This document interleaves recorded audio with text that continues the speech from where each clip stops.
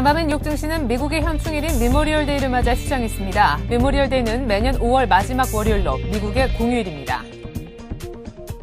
한편 영국도 공휴일로 휴장을 한 가운데 유럽 증시는 북핵 악재에도 불구하고 보합세로 장을 마쳤습니다. 독일 기업들의 신뢰도가 6개월 만에 가장 높은 수준을 기록했다는 소식이 호재로 작용했습니다. 북한의 2차 핵실험과 관련한 유엔 안전보장이사회 긴급회의가 개최된 가운데 안보리 의장은 북한의 이번 핵실험이 명백한 안보리 결의 1718호 위반이라고 공식 발표했습니다. 노무현 전 대통령의 영결식이 오는 29일 오전 11시에 경복궁 앞 뜰에서 거행됩니다. 고 노무현 전 대통령 국민장 장임위원회 공동위원장인 한명숙 전 국무총리는 그러나 지금 경복궁 공사가 이루어지고 있어 최종 결정은 오늘 중에 할 것이라고 발표했습니다.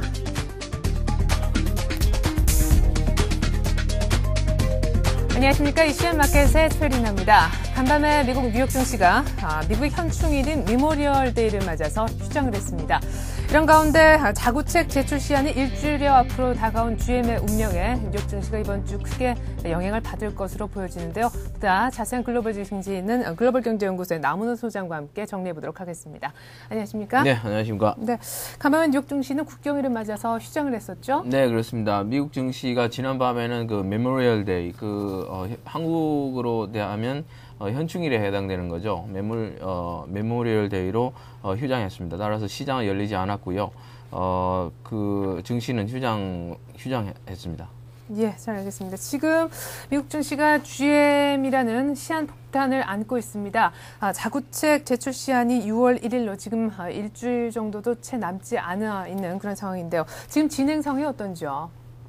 네, 지금 지금 미국 시장에서 가장 큰 관심사는 GM입니다. 제너럴 모터, 세계 최대 자동차 회사죠. 제너럴 모터의 그 파산이 지금 유력시 되고 있습니다.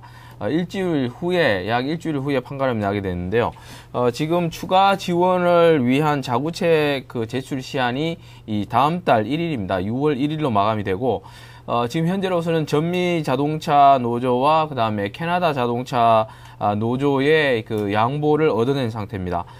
그리고 이제 그 구조조정을 보면은 이제 폰티악 등 약한 브랜드에 대해서 구조조정이나 분사를 결정한 상태고요.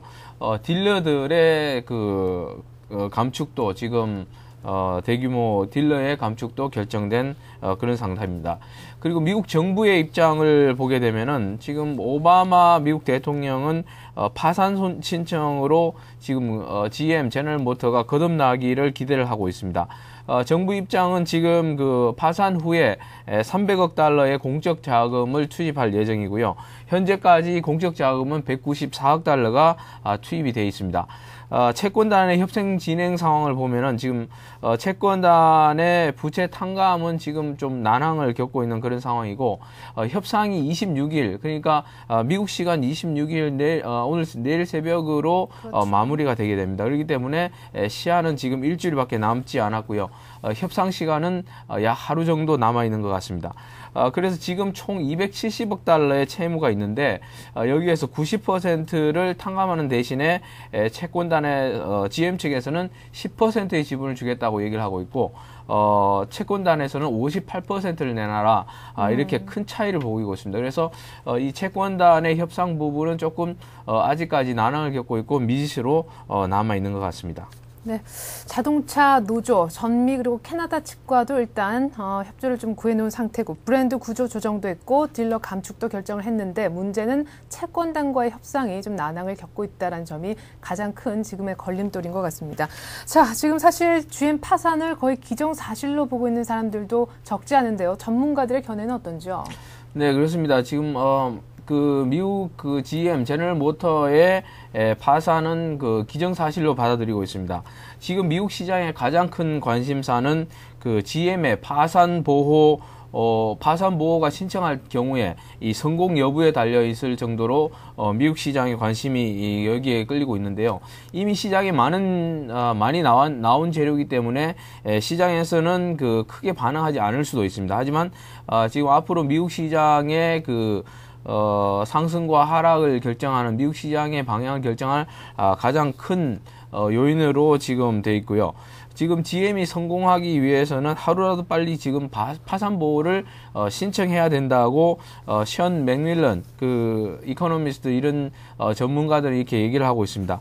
그리고 파산 전문 변호사 쪽에서도 역시 이 GM이 파산 보호를 신청하지 않고서는 회생하기가 매우 어려울 것이다 이렇게 얘기를 하고 있습니다. 그래서 전문가들의 의견을 보면은 다소 대부분이 GM 제너럴모터의 파산을 기정사실로 받아들이고 있고, 그 다음에 향후에 이 파산 보호 신청의 성공 여부가 미국 증시, 미국 자동차 업계의 방향을 결정할 것으로 그렇게 보여지고 있습니다.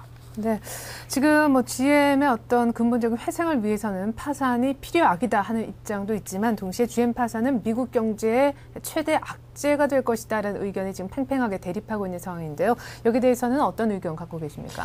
네, 지금 그 GM이 파산 보호를 신청할 경우에는 법원 관리하에 신속한 구조조정이 이루어질 수 있습니다. 파산 보호 판사에 따르면은 기존에 체결한 그 노사 협약들이 모두 무효화될 수 있기 때문에 이 파산 보호 신청이 유리하게 작용을 할 수 있고요.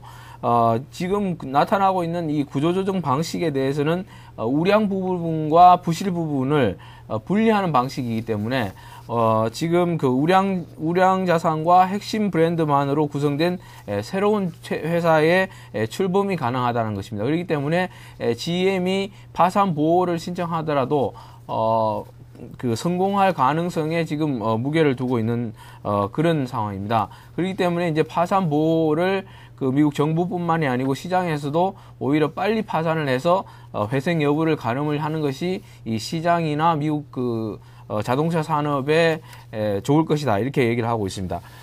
하지만 이제 한편에서는 파산 반대 입장을 보이고 있는데 윌리엄 홀스타인 같은 경우에는 이제 GM의 파산 보호 신청은 미국 경제에 대재앙이 될 것이다 이렇게 얘기를 하고 있습니다. 왜냐하면 GM의 그 브랜드, GM이 지금까지 한 100년 동안 쌓아온 이 브랜드의 브랜드 이미지를 심각하게 훼손하게 될 수도 있고, GM 협력 업체들의 그 도산 가능성도 있습니다.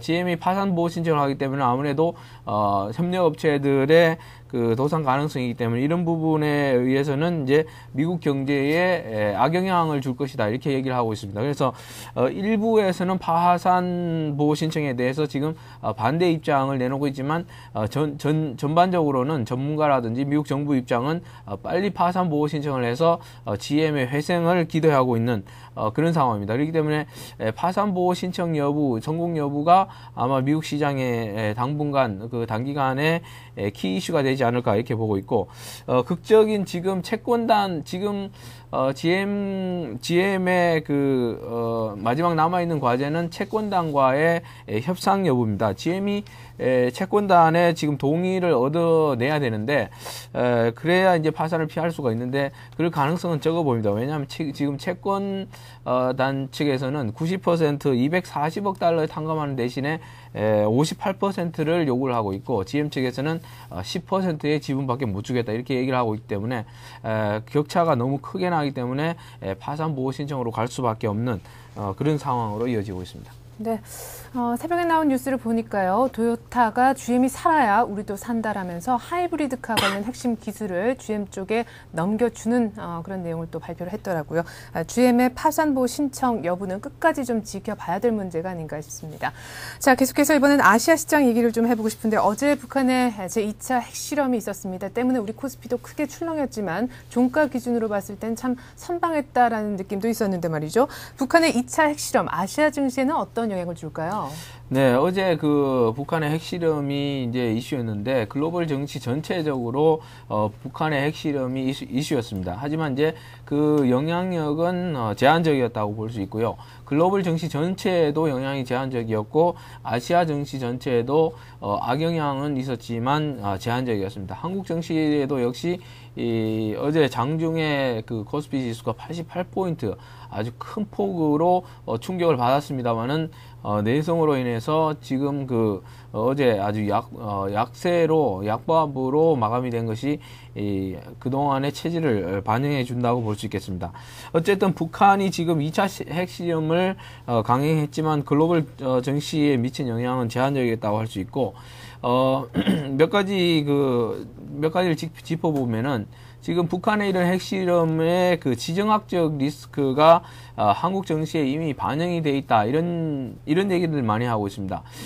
무디스라든지 이런 세계적인 S&P라든지 세계적인 평가 기관들은 한국의 북한의 지정학적인 리스크는 이미 한국 증시라는, 한국 경제라는 이런 부분에 의해서 많이 반영이 돼 있다, 이렇게 얘기를 하고 있고, 두 번째, 어제 S&P도 얘기를 했습니다만은 한국 신용의 이 북한의 핵실험으로 인해서 한국 경제의 신용 등급에는 큰 변동이 없을 것이다, 이렇게 얘기를 하고 있습니다.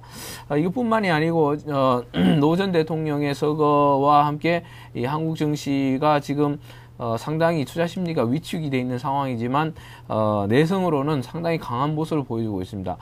글로벌 증시가 크게 요동치지 않고, 그 다음에 아시아 증시도 영향이 제한적으로 나타나는 것을 볼 때 증시는 지금 불안한 요소를 안고 있긴 하지만 그 영향력은, 증시에 미치는 영향력은 제한적이라고 볼 수 있겠습니다. 예, 잘 알겠습니다. 어제 니케이 225 지수도 1.3% 상승을 했었고, 홍콩의 항생지수 그리고 중국의 상해종합지수 모두 강보합을 기록을 했었습니다. 자, 이렇게 해서 글로벌 증시 정리해봤습니다. 글로벌 경제연구소 남은호 소장이었습니다. 고맙습니다. 네, 감사합니다.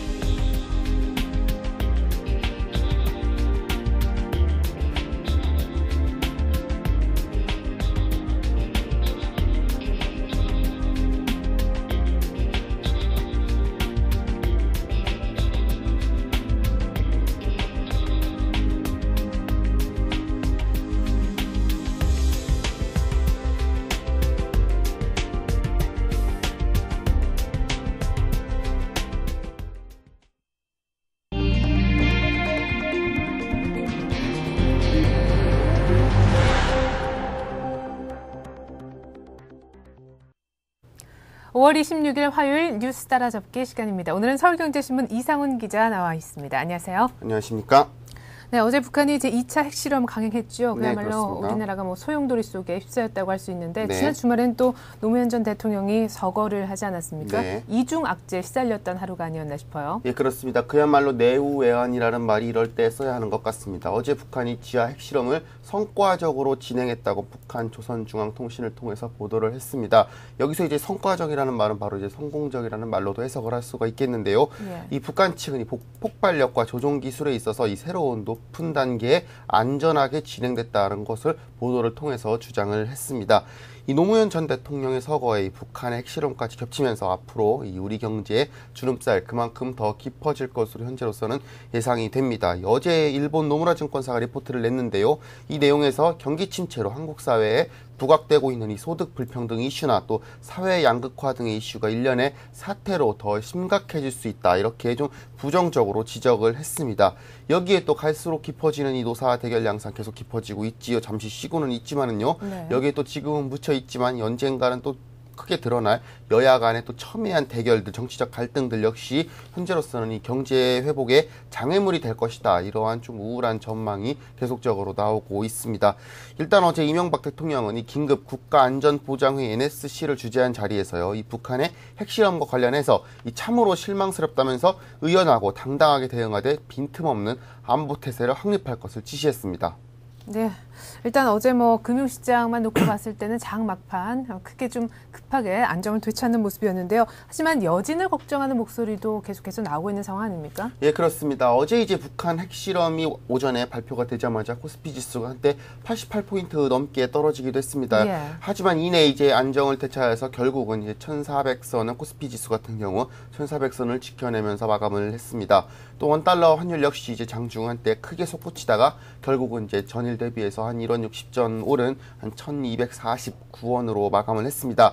이 장 마감 상황만을 보면은 이제 우리 금융시장이 노 전 대통령의 서거와 이 북핵 리스크에 어느 정도 의연했다 이러한 평가를 내릴 수도 있습니다. 네. 하지만 이 장중 흐름을 따져보면은 이 투자자들이 정치적 악재에 얼마나 민감하게 반응을 했는지를 알 수 있습니다. 이 준비해놓은 표를 보시면서 설명을 드리겠는데요. 네. 오전에 장이 이제 시작하자마자 1414포인트까지 갔습니다. 그러다가 오전 11시가 넘어서 이 북핵 리스크가 발표가 되자마자 바로 이 이제 쐐기처럼 곤두박질을 쳤죠. 1315포인트까지. 자, 거의 네. 그래서 하루 사이에 100포인트 가까이 오르내리는 아주 큰 이 변동성을 보였습니다. 이 환율 역시 이제 북한 핵 문제가 터지자마자 곧바로 크게 솟구치는 모습을 보이면서요.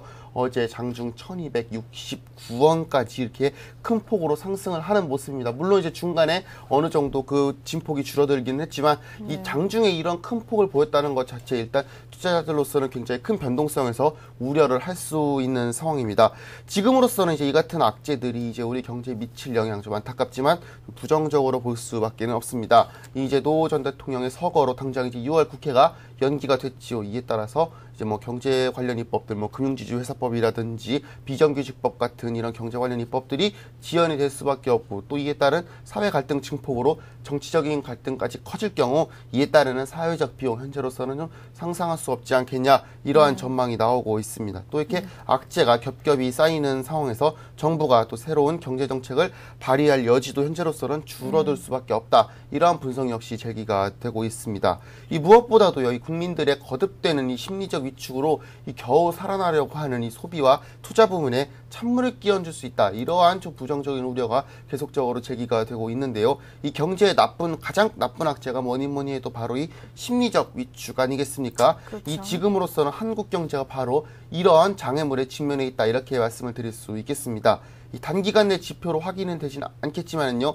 1년의 정치적 리스크가 당분간 우리 경제에 큰 짐으로 작용할 것이다. 이러한 관측이 바로 전문가들의 전망입니다. 네, 당일도 오늘 새벽에 나온 한국은행의 지표를 보니까요. 소비 심리 지수가 1년 만에 기준치인 100을 넘어서서 2개월 연속 지금 상승을 하고 있는 중이라고 합니다. 어쨌거나 우리 국가 신용도에는 그야말로 지금 적신호가 켜진 상황이라고 할 수 있겠는데 북한 핵실험 참 안 좋은 타이밍에 터졌다 하는 생각이 듭니다. 현재 지금 신용등급 평가 발표 바로 직전 아니겠습니까? 네, 그렇습니다. 무엇보다도 이제 가장 우려되는 부분이 바로 이제 우리나라의 국가 신인도다 이렇게 말씀을 드릴 수 있겠습니다. 이 최근 들어서는 이게 북핵 문제가 이렇게 정치적 이슈에 별로 국제 신용평가사들이 민감하게 반응하지는 않았던 게 사실입니다. 하지만 이 한반도를 둘러싼 정세가 그 어느 때보다도 불안하기 때문에 지금으로서는 마냥 안심할 수는 없다라는 게 바로 전문가들의 중론입니다. 일단 이 스탠더드 앤 푸어스 S&P와 피치가 어제 이제 북한 핵실험과 관련해서 일단은 한국의 신용등급에 직접적인 관련이 없다. 또 이미 반영이 됐다. 이러한 원론적인 입장을 밝힌 바가 있습니다. 이 정부도 이제 지난달 북한의 로켓 발사 이후 약 30억 달러 규모의 왜곡한 평형기금 채권 이른바 외평형채를 또 성공적으로 발행을 하지 않았습니까? 이런 점 등을 들어서 이제 북한 리스크가 우리 경제 신용 등급에 아마도 큰 영향을 미치지 않을 것이다. 이러한 긍정적 분석도 어느 정도 있기는 합니다. 하지만 현재로서는 이 신용도에 영향이 없을 것이라고 단정하는 것이 어느 정도 무리가 있는 것이 아니냐 이러한 지적들이 나오고 있는데요. 이 특히 이제 3대 신용평가사 중에 하나죠. 이 무디스 같은 경우 그동안 북한 리스크에 상당히 민감하게 반응을 해왔던 게 또 사실입니다. 또 지난 3월에 연례 방문시 또 무디스 관계자들이 우리나라를 방문을 한 적이 있는데요. 이 자리에서 이제 무디스 관계자들이 재정 및 대외 안정성 문제도 그렇게 짚었지만 이거보다 더 크게 짚었던 부분이 바로 한국의 지정학적 리스크 점검이었다고 합니다. 당분간은 좀 이러한 국제 신용평가사들의 평가 지켜볼 수밖에 없다는 답답함이 현재로서는 제기를 해볼 수 있겠습니다. 네. 자, 그렇다면 보다 근본적인 질문을 좀 던져볼 때가 아닌가 싶습니다. 북한이 왜 이렇게 핵실험을 강행했는지 전문가들이 그 배경을 둘러싸고 어떤 의견을 갖고 있는지 일단 첫째로 좀 여쭤보고 싶고요. 네. 계속해서 가뜩이나 지금 얼어붙어 있는 남북 관계 경제 국면이 언제까지 지속될 것인지 좀 턴어라운드 될 확률은 없는 것인지 이 부분도 좀 짚어보고 싶네요. 예, 먼저 이제 앞부분부터 지적을 해볼 수 있겠습니다. 이제 북한 전문가들은 이 북한 이번 핵실험이 어디까지나 미국을 대화의 장으로 끌어내기 위한 일종의 극약 처방이다 이러한 분석을 내리고 있습니다. 이미 이제 지난 4월 5일이죠. 북한이 장거리 로켓을 발사한 바가 있습니다. 이때 당시에 북한은 무력 시위를 한 바가 있는데 큰 효과를 별로 얻어내지 못하고 이제 국제사회의 제재 압박만 받아내고 우리나라나 미국이나 별반 이제 반응을 얻어내지가 못했습니다. 그렇죠. 결국 이렇게 되자 북한으로서는 이제 최후의 비장의 카드를 꺼내들었다. 현재로서는 이렇게 분석을 하고 있습니다. 북한은 이제 이미 지난달 29일이죠. 유엔 안전보장 이사회가 사죄하지 않으면 핵실험을 하겠다고 경고를 하면서 이미 이런 핵실험 강행 가능성을 내비친 바가 있습니다. 또 북한은 내부적으로는 이번 핵실험을 이른바 강성대국의 발판으로 삼으면서 이 경제 위기로 불만이 있던 이 북한 주민들의 시선을 돌리는 그런 카드로도 쓸 것이라는 전망이 현재로서는 나오고 있습니다. 여기에 또 일각에서는요, 북한이 이번 핵실험을 계기로 이 김정일 국방위원장의 후계 구도를 염두에 둔 이 권력구조 변화까지도 현재로서는 공식화될 가능성이 있다. 현재로서 이렇게 제기를 하고 있습니다. 또 무엇보다도 이제 걱정이 되는 부분이 바로 이제 남북 관계가 과연 언제 풀릴까 하는 점이 아닐 수가 없겠는데요. 예. 현재로서는 지금의 경색 국면 당분간은 더 악화되지 않을까 이러한 우울한 전망만이 나오고 있습니다. 이제 북한이 이번에 효과를 노린 게 어디까지 북미 관계의 개선이지 남북 관계의 개선은 아니다라는 점에 초점을 맞춰볼 수가 있는데요. 이제 그 말인즉슨 이 북미 협상의 틀이 마련되기 전까지는 이 남북 관계는 별로 신경을 쓸 일이 없다. 즉 지금의 냉각 분위기를 해소할 의지도 없고 또 심각해져도 별로 문제되지 않을 거라는 게 북한 내부의 정서다. 이렇게 현재로서는 이야기를 해볼 수 있겠습니다. 또 북한의 장기 어류된 우리나라의 이 현대아산 직원 문제와 또 개성공단 문제 역시도 더욱더 악화될 수밖에 없다는 게 현재의 시각이고요. 최악의 경우 이제 우리나라의 이 개성공단에서 이 우리나라 기업들이 강제로 철수당하는 상황까지 현재로서는 최악의 경우이지만 생각을 해볼 수밖에 없겠습니다. 예. 자, 이번엔 노무현 전 대통령의 서거 소식 얘기를 좀 해보고 싶습니다. 어제 전국 분향소에서 노 전 대통령의 명복을 비는 추모객들의 행렬이 끊이지 않은 모습을 확인할 수가 있었는데요. 국민장으로 결정이 됐죠. 연결식이 오는 금요일 29일 서울 경복궁에서 열리기로 했다면서요. 네, 그렇습니다. 이 노무현 전 대통령의 추모 열기가 갈수록 뜨거워지고 있습니다. 이 노 전 대통령의 연결식이 오는 29일이죠. 이번 주 금요일입니다. 이 서울 경복궁 앞마당에서 열리는 방침이 정부 내부에서 정해졌다고 합니다. 이르면 아마 오늘 중으로 공식적으로 이제 행정안전부를 통해서 발표가 될 예정입니다. 네. 이 노 전 대통령 측은 당초에는 이제 가족장을 열기로 했다가 또 국민장으로 바뀌었고요. 또 애초에는 이제 김해 또 이제 그 봉화마을 근처인 이제 진영 공선운동장에서 이번에 연결식을 갖기로 했었는데요. 이제 추모 열기가 예상외로 뜨거워져서 가능한 한 좀 많은 국민들이 참석할 수 있도록 좀 서울에서 연결식을 갖는 것이 적당하겠다 이렇게 밝힌 바가 있습니다. 정부도 이에 적극적으로 노력을 했습니다. 과거에 이제 이 경복궁 앞마당에서 국민장 연결식을 가졌던 적이 몇 년 전이죠. 이 최규하 전 대통령의 서거 당시에도 이 경복궁 앞마당에서 이 연결식을 가진 바가 있습니다. 또 조문객의 행렬도 점차 늘어나고 있다고 하죠. 이 정부의 공식 분향소입니다. 서울역사박물관의 분향소에는 어제 이제 한승수 국무총리와 또 국무위원들 또 여야 정당 대표들이 차례로 조문을 했습니다. 여기 또 외교사절들도 잇따라 또 조문을 했지요. 그렇죠. 네. 또 이제 서울역 광장 분향소와 전국 각지의 분향소에도 또 추모 행렬이 이어졌습니다.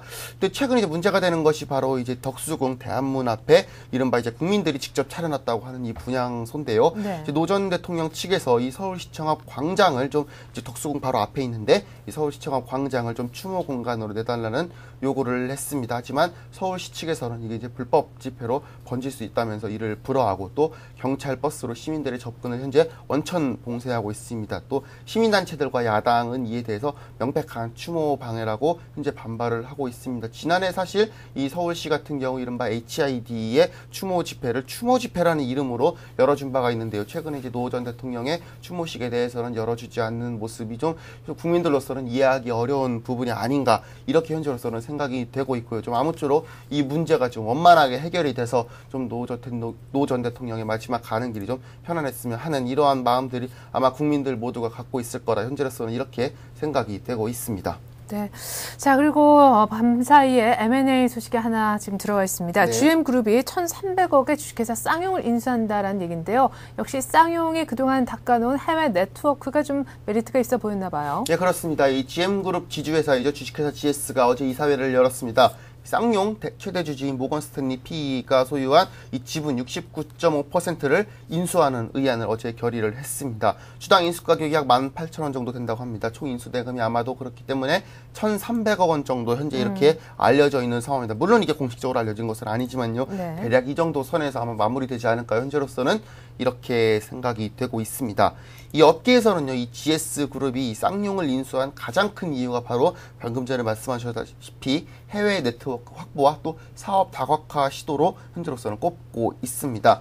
이 쌍용은 이제 지난 1954년 설립됐죠. 국내 이제 주요 이제 종합 상사 중에 하나로 지금도 이제 전 세계 네트워크를 발판으로 활발한 사업을 벌이고 있습니다. 이 GS 그룹으로서는요, 이 사업 포트폴리오 다양화와 또 향후 신규 사업 개발에도 이 시너지 효과를 발휘할 수 있게 됐다. 현재로서는 이렇게 좀 추측이 되고 있습니다. 이 쌍용 같은 경우 이제 과거 IMF 외환위기 때 극심한 어려움을 겪다가 워크아웃에 들어갔습니다. 하지만 이후 강력한 구조조정으로 이 워크아웃을 졸업을 했고요. 네. 지금은 이제 종합상사 업계에서 가장 영업이익률이 높은 알짜 회사로 탈바꿈했다, 이렇게 평가를 받고 있습니다. 업계는요, 이제 GS와 쌍용, 모건 스탠리 모두가 손해보지 않는 딜을 했다라는 평가를 주고 있습니다. 이번 이제 이 쌍용의 이 딜로 인해 가지고 계속 지금 이 종합상사 매물이 나와 있는데요. 뭐 네. 현대종합상사라든지 그렇죠. 또 여러 회사들이 나오고 있는데, 이러한 종합상사들의 이 M&A 딜 현재로서는 순조롭게 진행되지 않을까, 또 가격도 좀 더 높게 후하게 책정되지 않을까, 이렇게 업계 M&A 업계에서는 전망을 하고 있습니다. 네, 잘 알겠습니다. 오늘 또 GS 그룹 관련 주가들 쌍용차 관련해서 주가 흐름도 챙겨보시는 거 좋겠네요. 네. 자, 오늘은 이상훈 기자와 함께했습니다. 이 기자 말씀 잘 들었습니다. 고맙습니다.